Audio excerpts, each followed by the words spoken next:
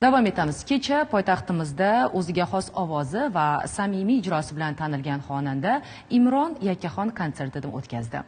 Muxlislarini bir manzilda jamlagan kecha tafsilotlari navbatdagi lavhamizda.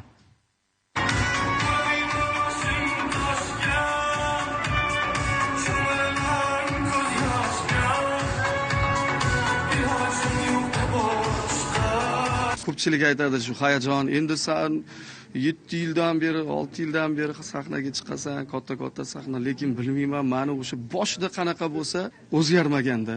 Men o'zim ham tushunmayman. Bu tajriba yotadi baribir har yildan yilga, lekin hayajonim baribir yuqori bo'ladi har gal. Ancha mas'uliyat bo'lsa kerak, bilmadim men.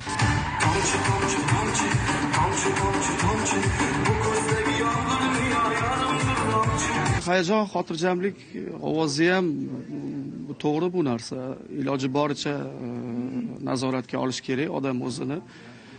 Umuman kutgan narsangiz 100% tayyorlagan narsangizni 50% ham chiqara olmay qolishingiz mumkin. To'g'ri aytasiz. Harakat qilish kerak lekin yengishga. Endi sahnada ko'ngil to'lish baribir 100% bo'lmaydi. Baribir nimadandir ko'nglingiz to'lmaydi. Men shuni ko'proq ko'rishim kerak edi. Buni muxlislar qo'llab-quvvatlab, o'shalarni baqir chaqirgani, nima deydi, olqishlari yana ham bir to'lib ketadi degan umidimiz bor, xolos.